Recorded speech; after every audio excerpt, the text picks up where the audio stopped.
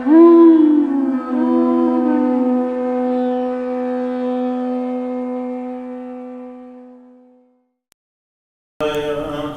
Namo Bhagavate Vasudevaya. Om Namo Bhagavate Vasudevaya.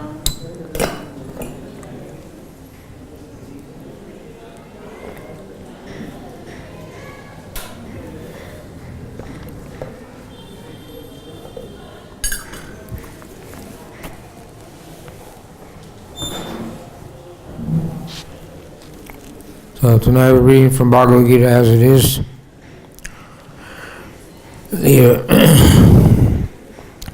We're reading the introduction,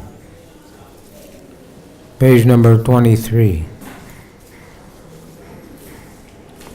Om Ayatram Dashajanantana Sakaya Sakshu Mitam Jena Tadme Shri Gurve Namaha Shri Chaitanya Manobhistam Stapitam Yena Bhutale Swayam Rupa Gadamayam Danti Swapadantikam. Shri Krishna Chaitanya Prabhu Nityananda Sri Advaita Gadadhar Srivastava Gaura Bhaktivinoda Hare Krishna Krishna Krishna Hare Hare Hare Rama Rama Rama Hare Hare.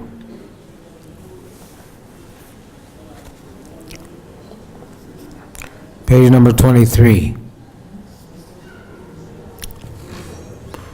The process of quitting this body and get another body in the material world is also organized. A man dies after it has been decided what form of body he will have in next life. Higher authorities, not the living entity himself, make this decision. According to our activities in this life, we can either rise or sink. This life is a preparation for the next life. If we can prepare, therefore, in this life, to get promoted to the kingdom of God, then surely, after quitting this material body, we will attain a spiritual body, just like the Lord's.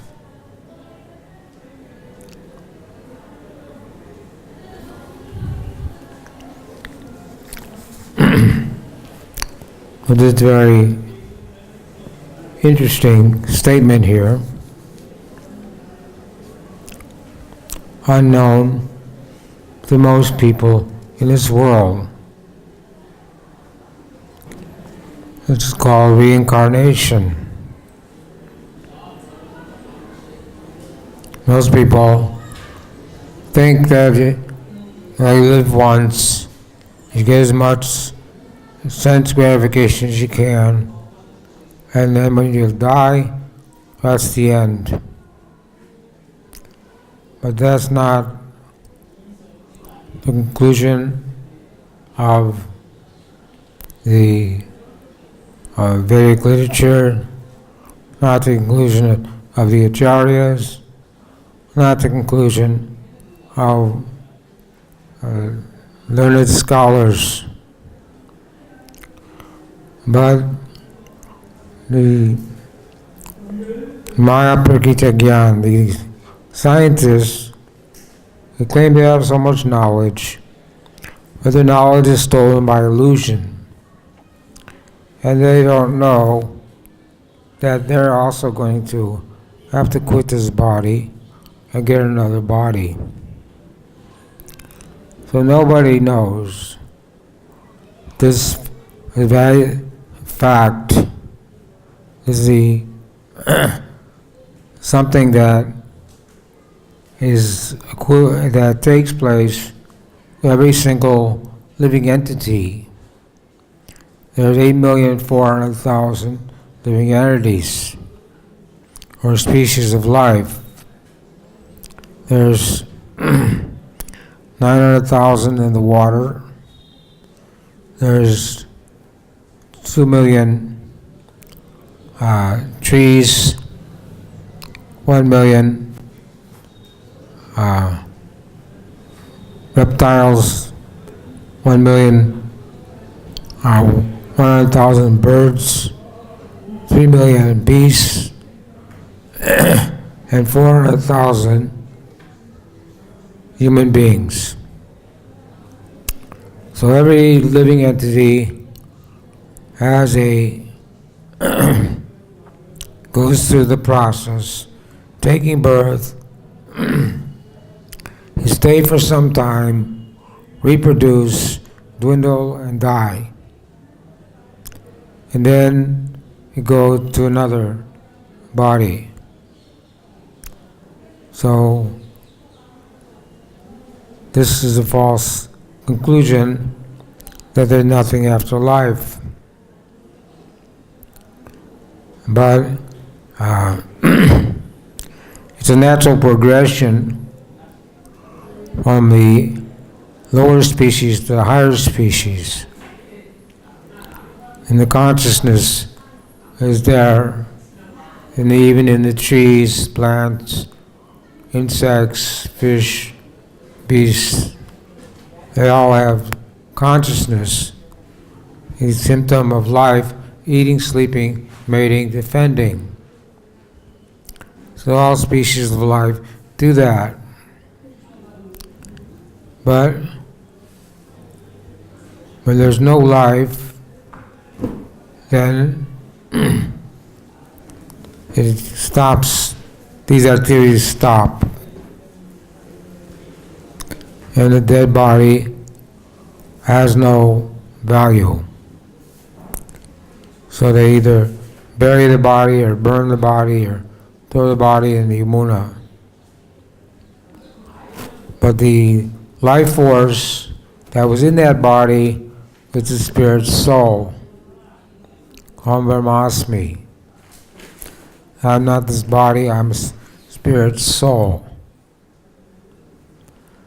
So it says here that when you take a body, in the 15th chapter of Bhagavad-Gita, it says that when you take one body, then you take another body, just like the air carries the aroma, which is very subtle. Can't see it. Then when you get another body, you get a certain type of eye, ear, nose, tongue, scented touch, which are grouped about the mind. In this way, everybody gets a different body and a different set of sense objects, and therefore they can enjoy in certain ways, different ways. What we enjoy as human beings is not necessarily enjoyed by animals. It's a different, because we have different set of senses. Hogs like to eat stool. If you give them halva, they'll say, no, just give me stool. But human beings would prefer to eat halva or sweet rice. So there's the difference. The higher authority is Yamaraj. Yamaraj has a planet very near to Earth. So those who are sinful, living entities, at the time of death, the Yamadutas come, the servants of Yamaraj come, and immediately take the soul to the court of Yamaraj, and he decides what your next body will be. So, in this way, the living entity is wandering up and down in different species of life, birth after birth after birth. And there's no solution, there's no way out for the living entity. He's bound up in the material world and continuously. But if one takes the Krishna consciousness movement, receives a guru, Tavidi Paripatena Paripasena Sevaya, Upitek Janti Kyanas Darsanaha, the guru can impart knowledge unto you, because he's seen the truth. So if you accept a bona fide spiritual master, then you can accept the fact that you will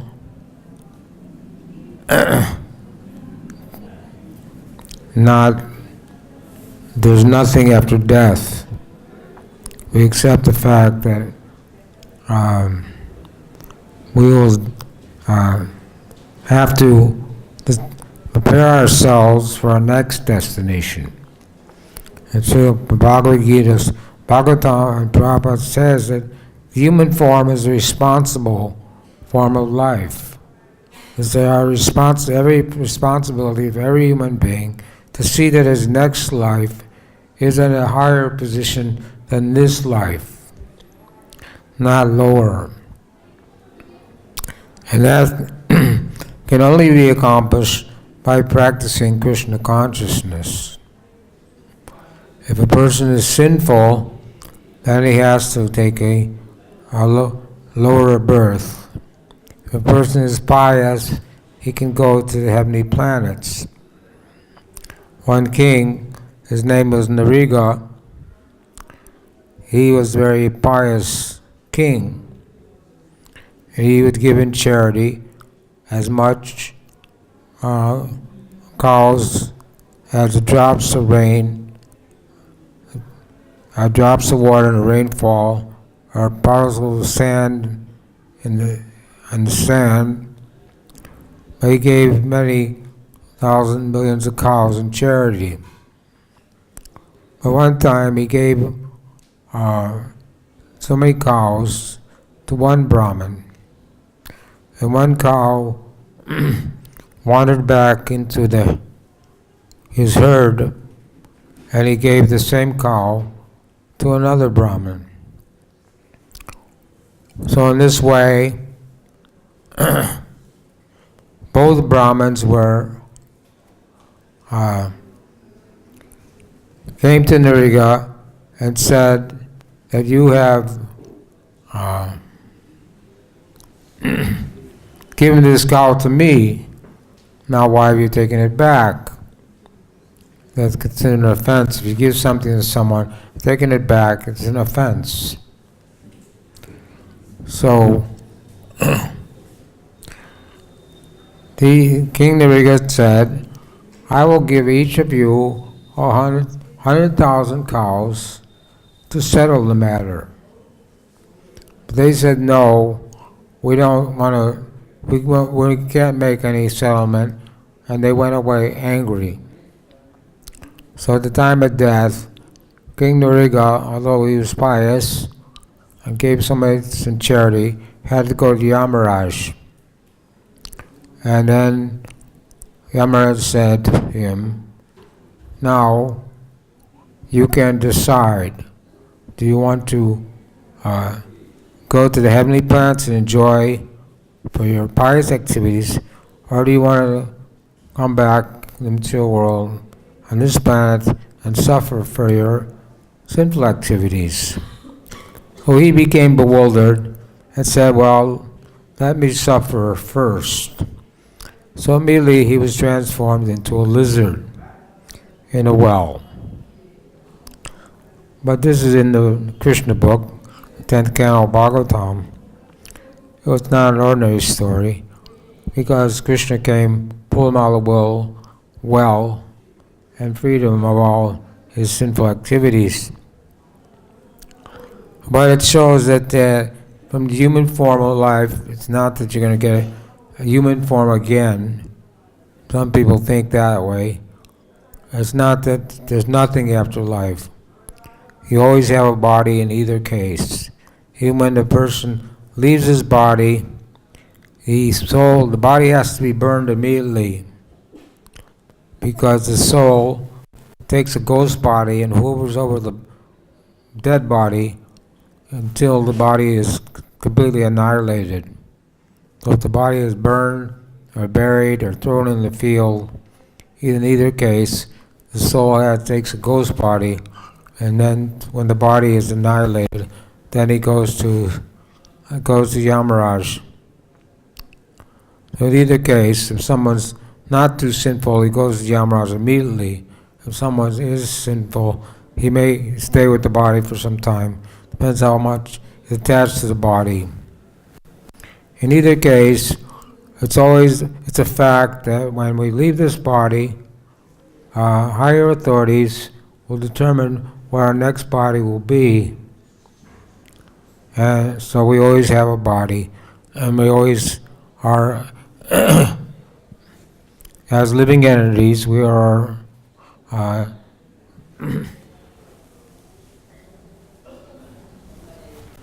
Jiver Sruhoy Nitya Krishna Das. We are always the eternal servants of Krishna. So we'll continue to read.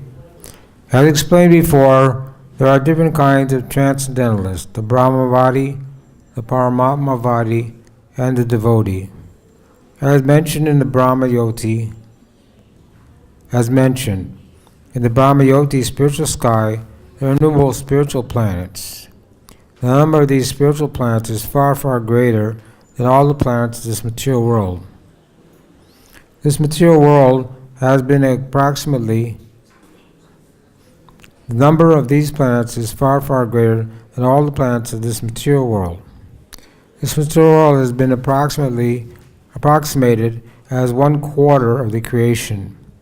Ekam Sena Tato Jagat. In this material segment, there are millions and billions of universes with trillions of planets, suns, stars, moons. But this whole material creation is only a fragment of total creation. Most of the creation is in this spiritual sky. What desires to merge into the existence of Supreme Brahman is at once transferred to the Brahmayoti of the Supreme Lord, and thus attains the spiritual sky. The devotee who wants to enjoy the associating Lord enters into the Vaikuntha planets, which are innumerable, and the Supreme Lord, by his plenary expansion, is Narayan with 4 hands, and with different names like Pradunya, Aniruddha, Govinda, associate with him there. Therefore, at the end of life, the transcendentalists think either the Brahmayoti, Paramatma, or the Supreme Personality of Godhead, Sri Krishna. In all cases, they enter the spiritual sky, but only the devotee or he who is in personal touch with the Supreme Lord enters into the Vaikuntha planets or Goloka Vrindavan planet. The Lord further adds that of this there is no doubt. This must be believed firmly. We should not reject that which does not tally with our imagination. Our attitude should be that of the Lord, of Arjuna. Arjuna said, I believe everything that you have said. Therefore, the Lord says, at the time of death, whoever thinks of him as Brahman or Paramatma or the personality of Godhead certainly enters into the spiritual sky. There's no doubt about it. There is no question of disbelieving it.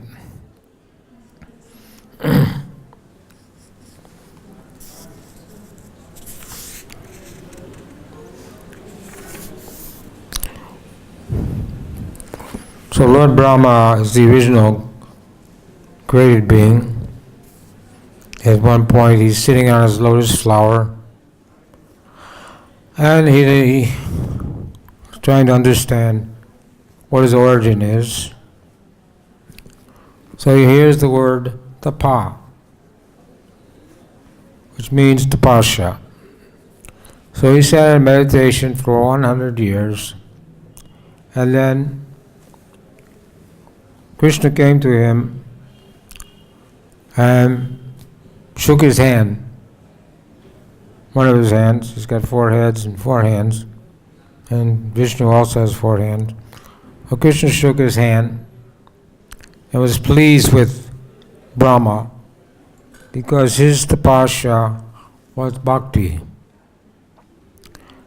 And then Krishna imparted all the Vedic knowledge unto Lord Brahma, Tene Brahma Hridaya Harikvaye, into his heart. So So Lord Brahma is the original, the secondary creator. Krishna's tu Bhagavan Sayam, Svara Parama Krishna, Satchidananda Vigraha, Nandayadi Govindam, Sarvakaranam. Krishna is the cause of all causes, and Brahma is the father or grandfather of this universe. So when Brahma received the inspiration and knowledge how to create the living entity, different living entities come out from the body of Lord Brahma. And Lord Brahma also recited this book, Brahma Samhita. When Lord Chaitanya Mahaprabhu took sannyas at the age of 24, he went to Jagannath Puri, and then he traveled for 6 years before he came back to Jagannath Puri. And while he was traveling, he found the book Brahma Samhita, and he had that copied and brought it with him, along with Krishna Karnamrita by Bill Mangathakur. He had that copied and brought that back with him. So he considered these two books to be very important. In the Brahma Samhita, we find this description of the universes.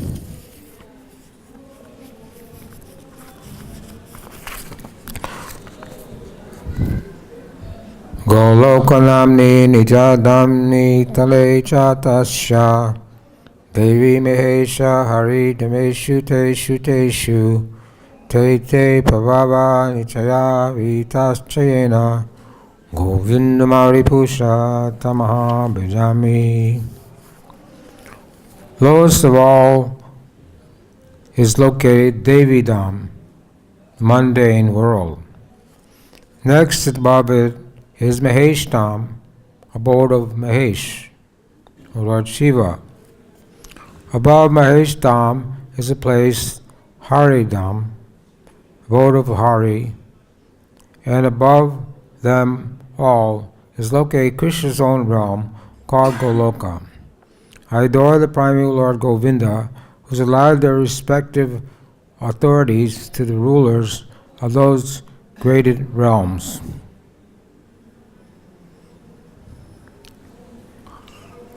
So this is the one source of evidence. People want to have evidence. We take the evidence from the Vedas. And it says, Shruti Shruti Pranabhi, that one does not accept it, or Shruti Shruti Pranabhi, Panchavatra Vidhi Vina, Hankati Hare Bhaktir, Utatpatya Va Kalpate. Devotional service to the Lord that ignores the authoritative Vedic literatures like the Upanishads, Puranas, Narada Panchavatra, etc., is simply an unnecessary disturbance in society. So, Shruti Shruti the Shrutis are the original Vedic literatures, and the Smritis are literatures in pursuance of the original Vedic knowledge. And then the Puranas are also the histories. So there are many Vedic literatures. Lord Brahma heard the Vedic knowledge, and he's the head of our Sampradaya. He handed down this message to different authorities. When Brahma came, Vyas First was Krishna spoke to the sun god, and we have the parampara system at the end of this chapter, at the end of the introduction. So it starts with Krishna, Brahma, Narada, Vyas. And today is the appearance of Madhavacharya.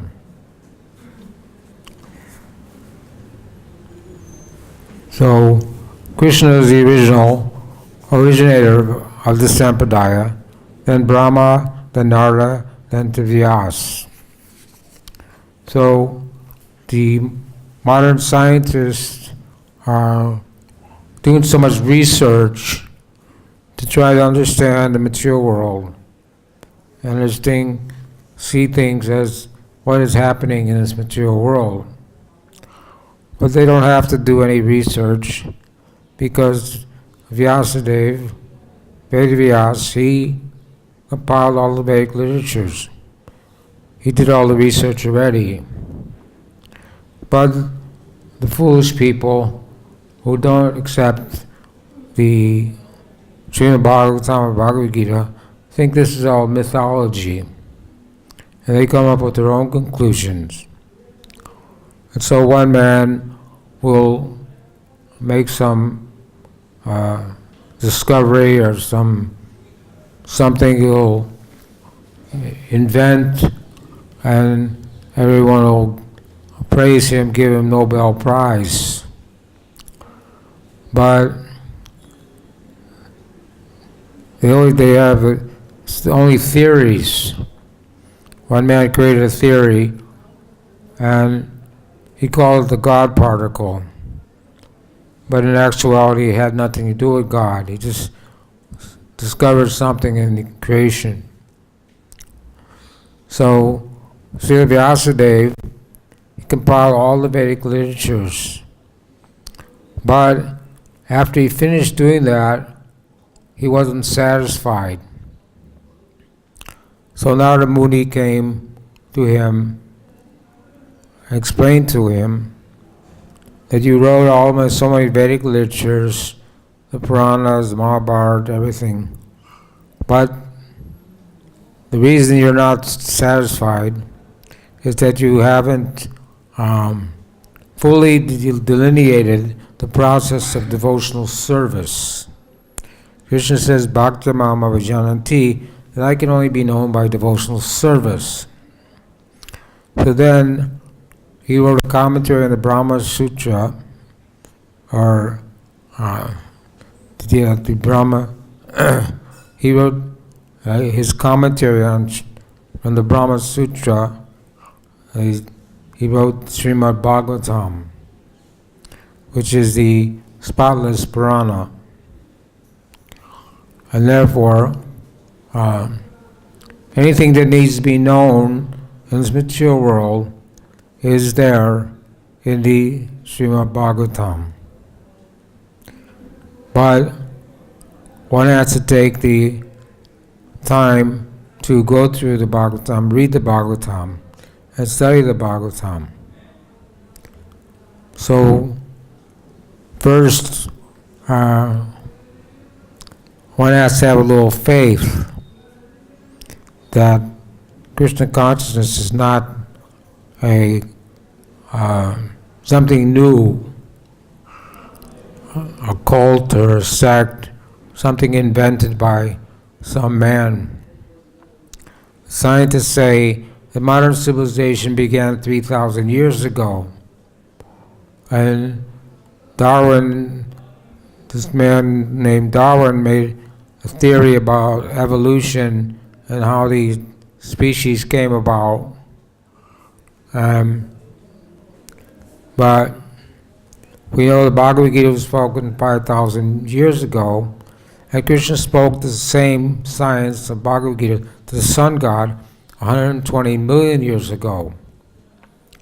So to say that this civilization all started 3,000 years ago doesn't coincide with the Vedic conclusion. There's always been a civilization, and in the past, and there will always be some kind of civilization in the future. In Satya Yuga, there were people who lived for 100,000 years. In Treta Yuga, people lived for 10,000 years. In Dwapara Yuga, people lived for 1,000 years.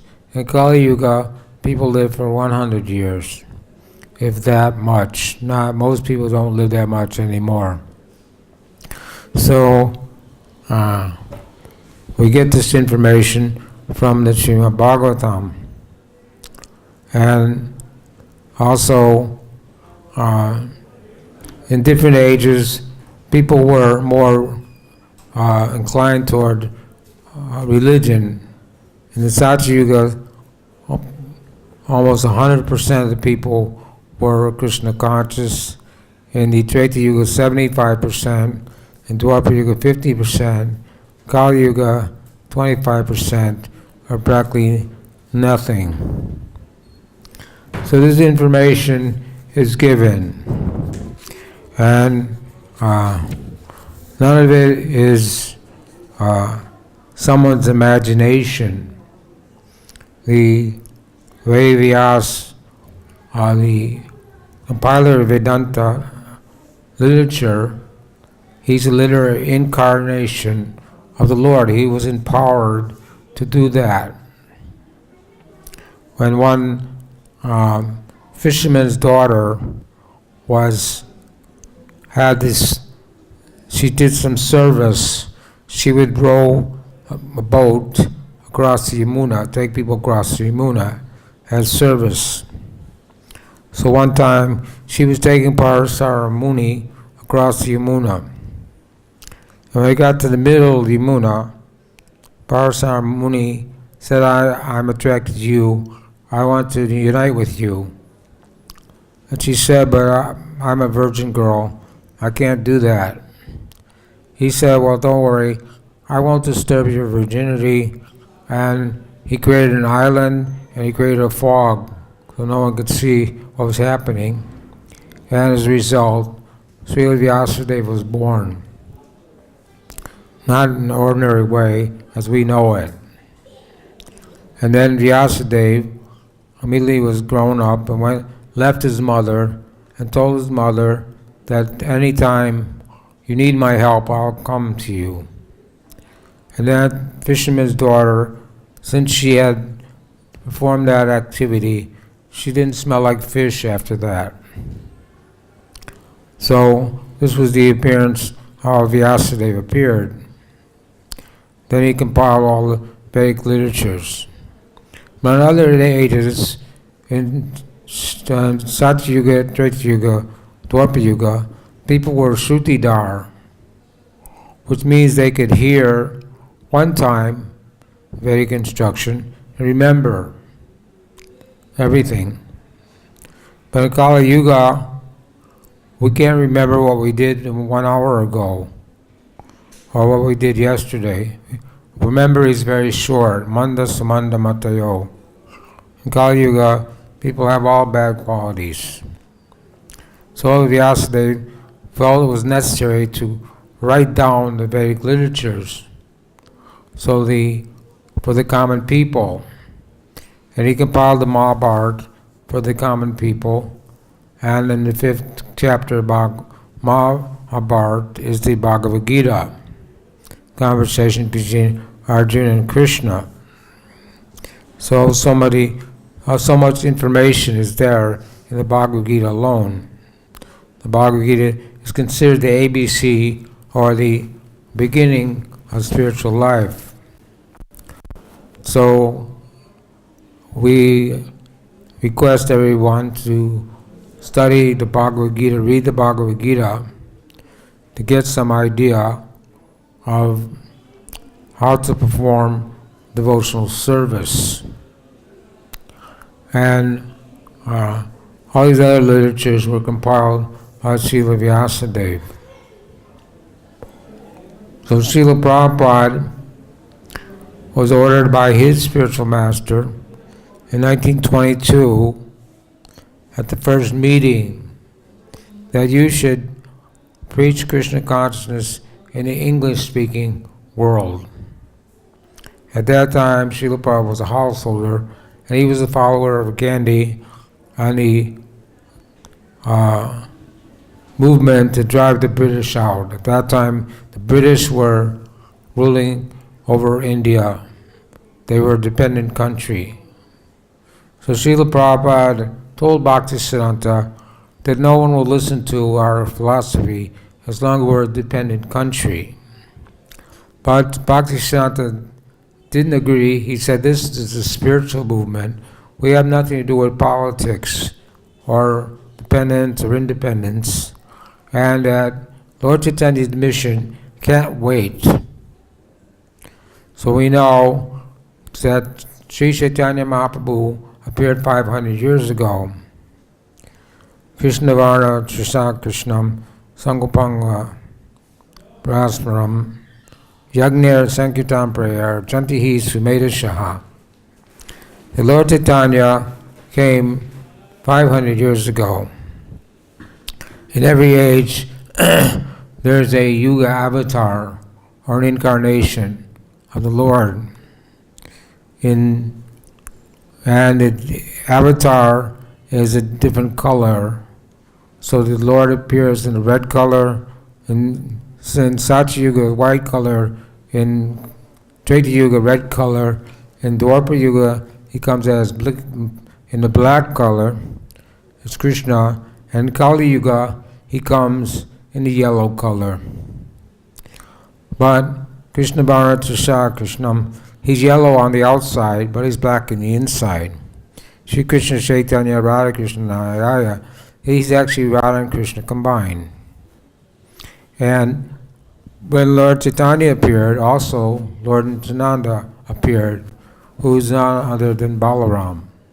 So Lord Krishna and Lord Balaram, who are brothers, appeared in the at the end of Dwapara Yuga in Vrindavan. This is Gokul, and they again appeared 500 years ago in Navadvip, or they appeared in different places, but they met in Navadvip, and they're actually not different than Krishna Balaram. So Srila Prabhupada established this temple to prove to the world that Gaur Nitai, Lord Chaitanya, Lord Nityananda are non-different than Krishna Balaram. So we have Gaur Nitai, Krishna Balaram, and Radhashama Sundar. But most people don't know who Lord Chaitanya is. Even when Lord Chaitanya went to Jagannath Puri, when he went in front of Lord Jagannath, he fainted in ecstatic love. But the guards there thought he was a crazy man. They wanted to beat him. But Sarvabhauma Bhattacharya happened to be there at that time, and he stopped them, and he brought the Lord to his house. And he laid the Lord down in one room and examined his body to see if he was still living, because no sign of life in the Lord's body. But then he took a cotton swab and held it to his nose, and it moved slightly. He can understand that Lord Chaitanya was not dead, that he was in an ecstatic trance of ecstatic love of God. Somehow he knew that, although Sarvabhauma Bhattacharya was the reservoir of all bad logic, he was a Mayavadi. And when the devotees came to Jagannath Puri to meet Lord Chaitanya, they did kirtan for a very long time, and then Lord Chaitanya came back to external consciousness. But Sarvabhauma Bhattacharya still didn't believe that Lord Chaitanya was the Yuga avatar. In 7th canto, Prahlad Maharaj says the Lord is Tri Yuga. He only comes in 3 yugas. But when Lord Chaitanya comes, he comes as the Chana avatar, or the hidden avatar, which means he comes as Bhakti avatar. He played the role of a devotee. And when people would call him the Supreme Personality of Godhead, he would block his ears and say, Vishnu, Vishnu, don't call me the Supreme Personality of Godhead. I'm just a jiva. but in actuality he was the Supreme Personality of Godhead. And Sarvabhauma Bhattacharya's brother-in-law, who was named Gopinath Acharya, he was a devotee of Lord Chaitanya, and he quoted verses from Mahabharata and Srimad Bhagavatam to prove that Lord Chaitanya was the Yuga avatar, and was the personality of Godhead. Then Sarvabhauma Bhattacharya told Lord Chaitanya, "You're a sannyasi, and the business of a sannyasi is to study Vedanta. So I'm going to instruct you on the Vedas." So then, for 7 days, Sarvabhauma Bhattacharya was explaining Vedanta Sutra, Vedanta philosophy. And Lord Chaitanya was just sitting there. So finally, Sarvabhauma Bhattacharya said, "I'm explaining the Vedanta philosophy to you, but you're not asking any questions. Why are you not asking any questions?" So Lord Chaitanya said, "I understand the Vedic literature, the Vedanta philosophy very well, but your explanation I cannot understand. See, your explanation is like the clouds covering the sun." And so Lord Chaitanya explained that his explanation was actually imaginary, and he gave him the real explanation. And this way, Sarvabhauma Bhattacharya became a Vaishnava. It was converted to Vaishnavism. So Lord Chaitanya did that when he went to South India. He converted many people to Vaishnavism. So this Hare Krishna movement is not Hinduism, is not a cult, is not a sect, but we are Vaishnavas, which means we're devotees of Krishna or Vishnu. And gradually we're being accepted in society. Now we have 600 temples all over the world, and many people are appreciating our movement and joining us. So this was the desire of Lord Chaitanya, that his name, the name, the Mahamantra, Hare Krishna, Krishna Krishna, Hare Hare, Hare Rama, Rama Rama, Hare Hare, would be chanted in every town and village in this world. And Lord Chaitanya also predicted for the next 10,000 years there'll be a golden age where Krishna consciousness will flourish. So, this Kali Yuga, the age of quarrel and hypocrisy, and right now we're in the industrial age, the industrial iron age of Kali Yuga, where modern industry is prominent. But Srila Prabhupada said this modern technology, modern science, modern civilization cannot last for more than 50 years. Or so, because they're going against the laws of nature, there's the Mother Nature, and when there's a mother, there has to be a father. And when the mother and father unite, you get a child.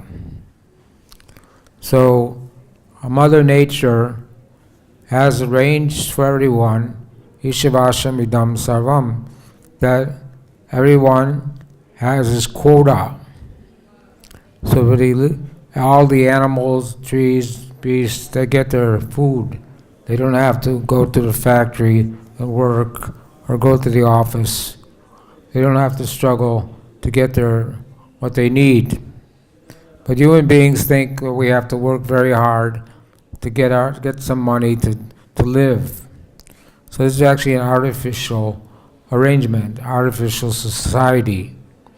And taking all the oil out of the earth, which is 5,000 miles under the sea, and that oil is not meant to be taken out of the earth, because it's there for a purpose, to keep the Earth rotating on its axis rotating properly. So they're doing that, they're taking all the oil out of the earth, creating imbalance.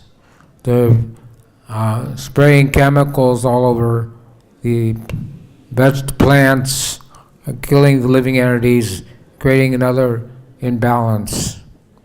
They've polluted all the rivers and killed all the fish and created another imbalance and created all these plastic items and plastic things and creating more and more imbalances. In this way, there's a reaction coming from Mother Nature, and we hear about natural disasters all over the world. But we know the biggest, most abominable activity is animal slaughter, killing of cows. In the 11th canto it says that if you want to eat meat, you should eat a goat or a deer, but not a cow. Even they didn't have a word for a cow eater. When the four Kumars went to Vaikuntha to see the Lord, they were checked by the doorkeepers. And Lord Vishnu came out, and the Kumaras met the Lord face to face. And the Lord said that even if someone's born in the family of a dog eater, if he becomes a devotee, then I will accept him. And so, it's not by birth, it's not Jama karma, it's Guna karma. Krishna says that by quality, and Striyo Vaishya Tata Sudras, whether one is a woman or a Sudra or low-class person, if he takes the devotional service, he can also attain the supreme destination, which is to go back home, back to Godhead, Golok Vrindavan. So, this is the trying to do in the Krishna conscious movement is convert the people, but they have to understand that according to their activities in this life, they're creating their karma for the next life. So the killing of cows is has to be a karmic reaction. So all over the world there is war. War is there because of the animal slaughter. And people don't understand this, that it causes suffering to one divinity, then you have to suffer yourself. Even the Bible says an eye for an eye, a tooth for a tooth. So there's has to be reaction to animal slaughter. So this has to be stopped, otherwise there can never be peace and prosperity in the world. So,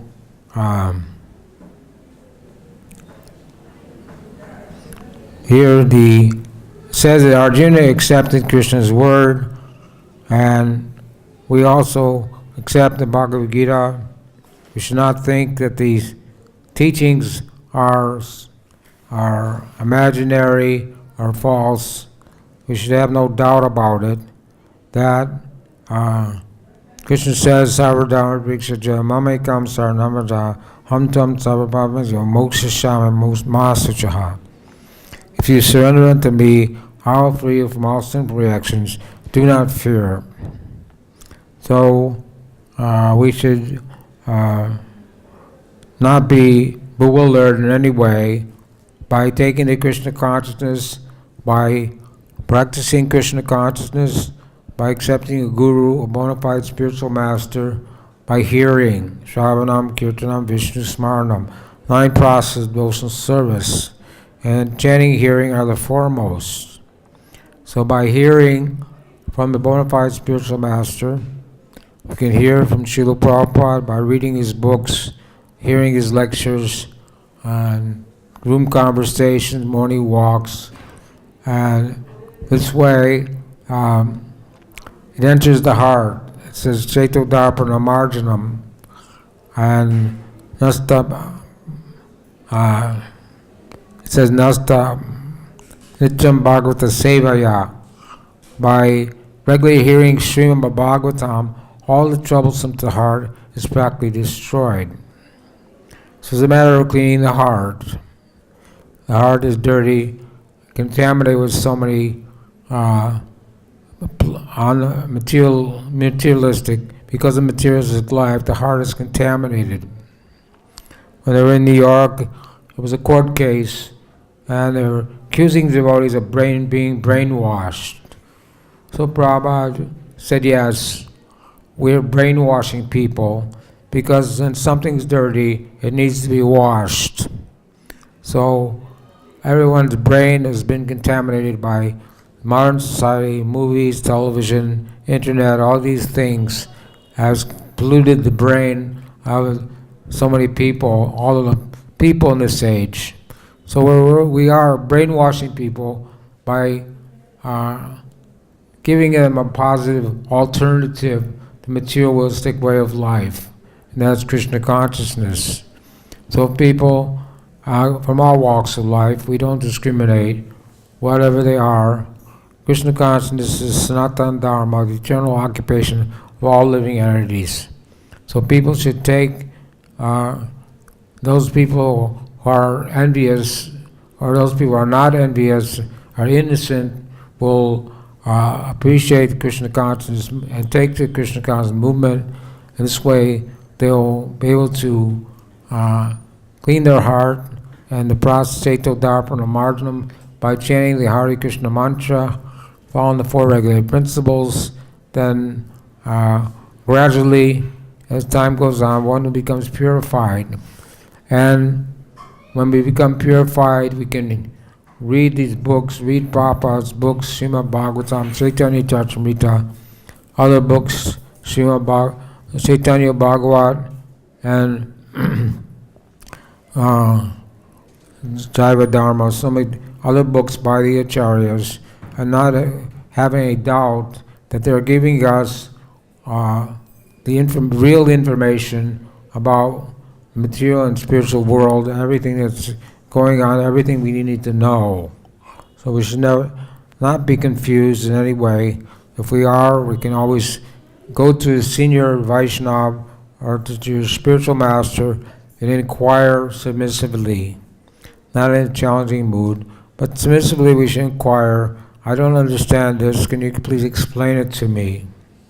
If he gives you a explanation that you accept, then that's, if the explanation is not acceptable, then you can also approach another Vaishnava and get a further explanation. So many things are there in the books that we may not understand, but we try to understand them and try to accept them without being duplicitous or giving some mundane interpretation. So what this introduction is saying that we take this body, then at the end of this body we get another body. It's arranged by higher authority, and we can accept that it's a fact that when we leave this body, it's not the end of life, it's not the end for anyone, that the spirit soul is eternal, as a Sat Chit Ananda body. But in the material world, we're not Sat, we're not Chit, we're not Ananda. But in the spiritual world, we will get a Sat Chit Ananda body, eternally full of knowledge and bliss, and remain there eternally. In the material world, everything is temporary and full of ignorance and full of misery. So the material world is 1/4 of the spiritual world, and no one can calculate the size of the material world, let alone the spiritual world. So the material world is 1/4. The Vaikuntha planets is another part of the spiritual world, and Golok Vrindavan is the highest and biggest of all the realms. So we should aspire to become Krishna conscious and go back to Godhead and join Krishna in his Leela in Golok Vrindavan, nothing short of that. Hare Krishna. Any comments, questions?